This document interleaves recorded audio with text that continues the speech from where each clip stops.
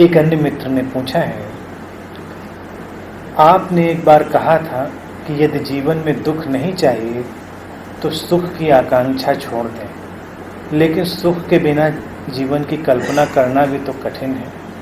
कृपया मार्गदर्शन करें।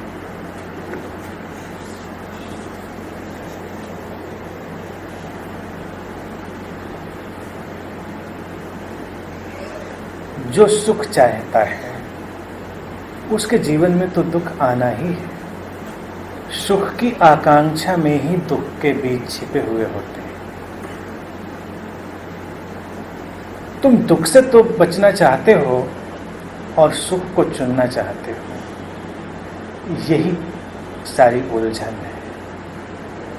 जीवन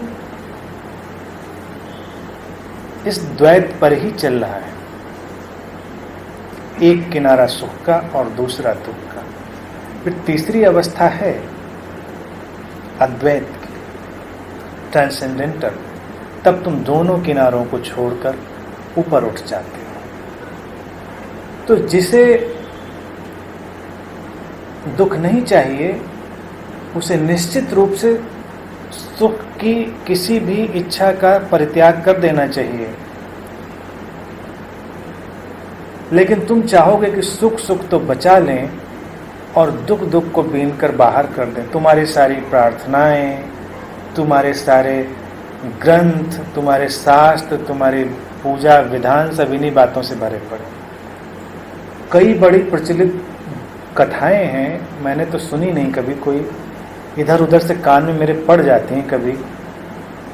उसमें भी यही चुनाव है कि ऐसा ऐसा करोगे तो सुखी रहोगे और ऐसा ऐसा नहीं करोगे तो दुखी होगे। और उन्होंने ऐसा ऐसा किया तो सुखपूर्वक जीवन व्यतीत करने लगे। लेकिन ऐसा आज तक कभी हुआ नहीं। जिस व्यक्ति ने भी सुख की तलाश की है वो दुख में तो पड़ा ही है। ये द्वैत समझने जैसा है। इस द्वैत में बड़ी उलझन है। इस ड्युअलिटी में बहुत कॉम्प्लेक्सिटी है और जीवन इसी बात से बहुत ज़्यादा उलझ गया है। जैसे अगर मैं तुमसे कहूँ इसी बात का एक दूसरा ढंग, अगर तुम्हें जीवन में, संसार में असाधु नहीं चाहिए तो अपने साधुओं से मुक्त हो जाओ।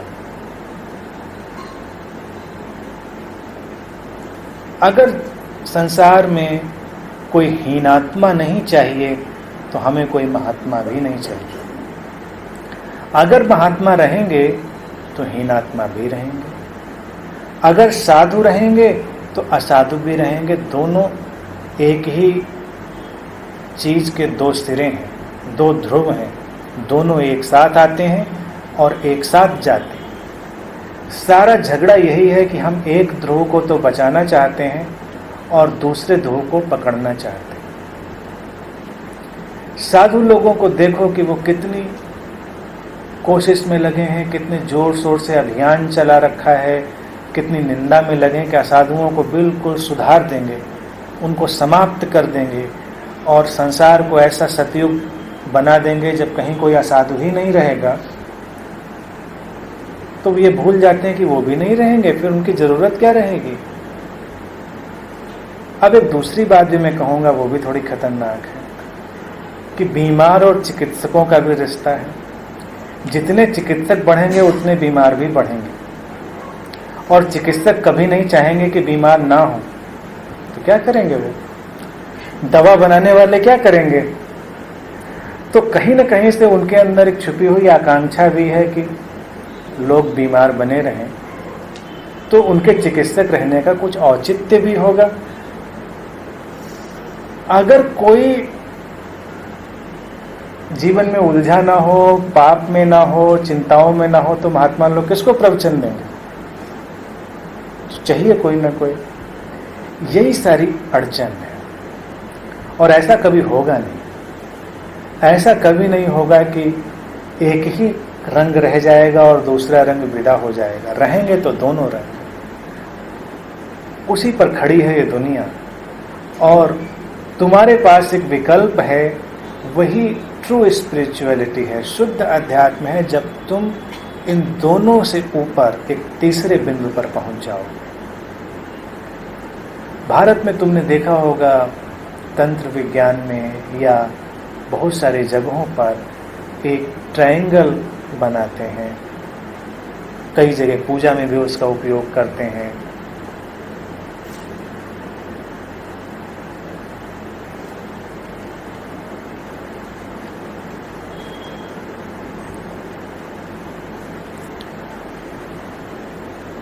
इस त्रिकोण का इतना ही अर्थ है कि दो ध्रुव जो हैं वो समानांतर हैं, हॉरिजॉन्टल है, और एक तीसरा ध्रुव जो आता है वो वर्टिकल है, ऊर्ध्वगामी है, ऊपर ले जाता है। तो सुख और दुख, साधु असाधु या जितनी भी ऐसी व्यवस्थाएं हैं वो समानांतर ध्रुव हैं, हॉरिजॉन्टल हैं। वो वैसे ही रहती हैं, लेकिन इनके बीच एक तीसरी संभावना भी होती है जो ठीक इनके ऊपर, जहां पर तुम ना सुख की आकांक्षा रख रहे हो ना तुम दुख की आकांक्षा रख रहे हो, या कहें कि तुम सुख और दुख दोनों को एक साथ स्वीकार करके चल रहे हो, तुम्हें कोई परेशानी नहीं। तुमने मान लिया है कि ये तो ढंग है जीवन का, अगर सुबह सुखी हैं तो शाम दुखी होने के लिए तैयार रहें, और अच्छा भी है, रोचक भी है। अगर शाम को दुख आता है तो सुबह का सुख अच्छा मालूम पड़ता है, थोड़ा रंगीन लगता है।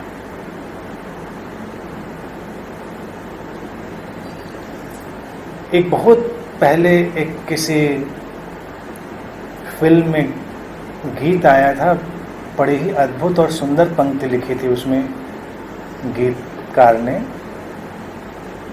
शायद शाहिर थे या कौन था, नाम में मत जाए, मुझे नाम वैसे ही याद नहीं रहते किसने लिखी थी, कि रात जितनी संगीन होगी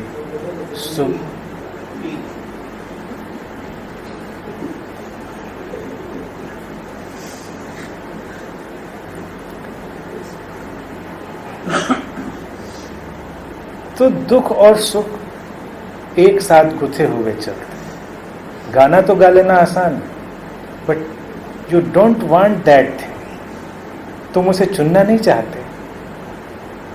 सुनने में अच्छा लगता है, सुनने में तो अब किसी के यहाँ कुछ दुर्घटना हो जाए, कुछ किसी की मृत्यु हो जाए, फिर तरह तरह के इस तरह के भजन वगैरह लोग निकाल कर लाते हैं, जिसमें कि ये भी है, ये भी है, ये भी परमात्मा से आता है, वो भी आता है, सब तुम्हारे।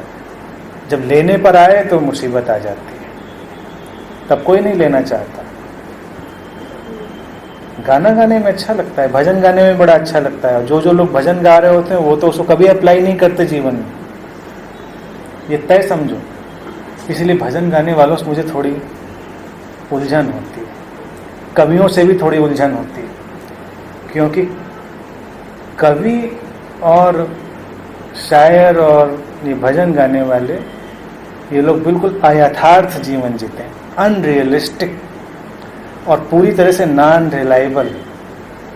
इन पे कोई भरोसा नहीं कर सकते। वो अभी गीत कुछ और गा रहे होंगे, फिर तुरंत ही कुछ और जीवन जी रहे होंगे। जीवन जीना एक बिल्कुल अलग अंतर्दृष्टि है, एक समझ है, गहरा साहस है। और साहस बस इतना ही कि तुम उसे स्वीकार कर लो। अब जैसे एक उलझन ये चलती है कि पॉजिटिव थिंकिंग, तो मैं हमेशा कहता हूँ कि अगर तुम बहुत पॉजिटिव थिंकिंग करोगे तो नेगेटिव थिंकिंग का क्या होगा। तो थोड़ा सा नेगेटिव थिंकिंग भी करो, बैलेंस रखो। मनोवैज्ञानिक सहमत होंगे मुझसे कि अगर बैलेंस बना के चलेंगे तो कोई उलझन नहीं होगी। अगर 60% पॉजिटिव थिंकिंग करें तो 40% नेगेटिव कर लें, तो पॉजिटिव का थोड़ा कलर बना रहेगा, उसका जो स्ट्रेंथ का पार्ट है वो बना रहेगा, नहीं तो वो कहाँ जाएगा। लेकिन फिर क्या है, तुम्हारी पॉजिटिव और नेगेटिव के अलावा एक तीसरा विकल्प खुलता है, realistic thinking, that which is जो है